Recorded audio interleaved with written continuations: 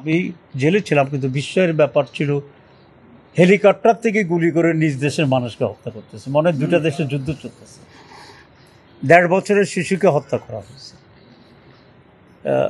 এটাকে আমরা বলেছি এটা জেনোসাইড, গণহত্যা। ৪ দিন আগে আমি জাতিসংঘের যে মানবাধিকার কমিশনের প্রতিনিধি আসছিল তাদের সাথে আমি সাক্ষাৎ করেছিলাম টিম নিয়ে, এবং সেখানেও আমরা বলেছি এই ৩টা গণহত্যার মাস কিলিংয়ের তদন্ত হওয়া উচিত এবং স্পেশাল ট্রাইব্যুনাল করে এটার বিচার করতে হবে। এই দাবি আমরা করছি। আমরা সকল দলের কাছে, সকল সংস্থার কাছে, সকল মানুষের কাছে স্যান্ডেলিনা সো রূপচর্চায় আভিজাত্য এই আহ্বান জানাতে চাই যে বাংলাদেশে যেন আর কোনো করাপশান কেউ করবেন না, করাপশান হইতে দিবেন না। বাংলাদেশের ল অ্যান্ড অর্ডার সিচুয়েশনের ব্যাপারে কেউ নিজ হাতে তুলে নেবেন না, অন্যকে তুলতে সহায়তা করবেন না। কিছু কিছু ঘটনা আনফর্চুনেটলি আমাদের দ্বিতীয় স্বাধীনতার পর ঘটে গেছে। কারো কারো বাড়ি ঘরে হামলা হয়েছে, কারো লুট হয়েছে, এখনও কিছু কিছু চাঁদাবাজি চলছে।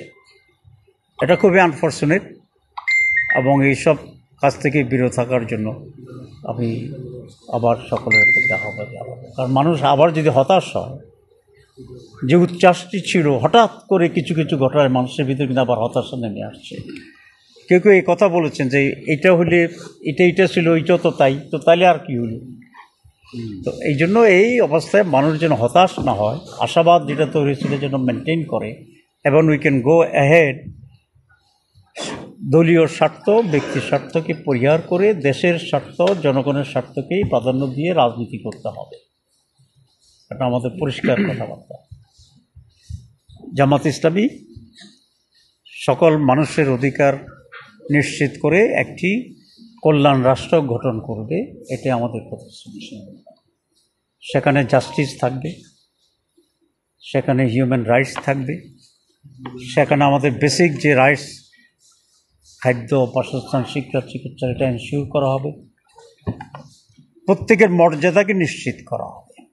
এখানে প্রভু আর বৃত্ত, মালিক আর চাকরের পরিবেশ এখানে আমরা দূর করব ইনশাআল্লাহ।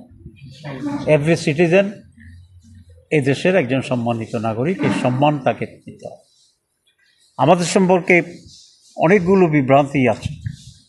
এর ভিতরে একটা মেজর বিভ্রান্তি হচ্ছে আমরা একটা সাম্প্রদায়িক শক্তি, কমিউনাল ফোর্স। আপনারা জানেন যে ইসলাম কমিউনাল এই সেন্টিমেন্টকে অ্যালাউ করে না। ইসলামের সকল ধর্মের স্বাধীনতা আছে। আর আমরা যদি সে আদর্শে বিশ্বাস করি, এটা আমাদের ফরমোস্ট ডিউটি হচ্ছে নন কমিউনাল থাকা। বাংলাদেশে আমাদের বড় মাইনরিটি হচ্ছে হিন্দুরা।